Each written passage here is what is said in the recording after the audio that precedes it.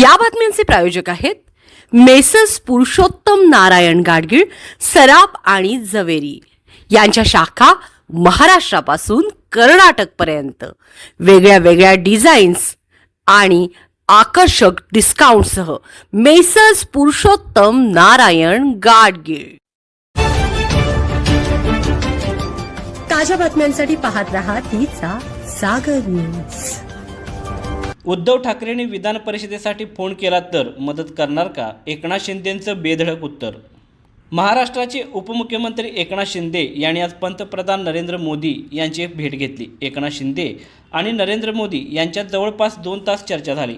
एकनाथ शिंदे काल दिल्लीला दाखल झाले होते। दरम्यान नरेंद्र मोदींसोबतच्या भेटीनंतर एकनाथ शिंदेंनी माध्यमांशी संवाद साधला। यावेळी त्यांनी विविध मुद्द्यांवर भाष्य केलं।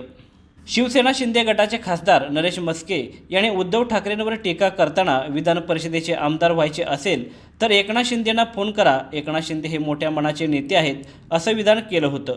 नरेंद्र मोदींच्या भेटीनंतर एकनाथ शिंदे यांना नरेश म्हस्केंच्या या विधानावर पत्रकारांनी प्रश्न विचारला। उद्धव ठाकरेंनी विधान परिषदेसाठी फोन केला तर मदत करणार का, असं पत्रकारांनी प्रश्न विचारताच राज्यसभेची निवडणूक झाली। आता विधान परिषदेची निवडणूक होईल तेव्हा बघू, असं एकनाथ शिंदेंनी हसत हसत उत्तर दिलं।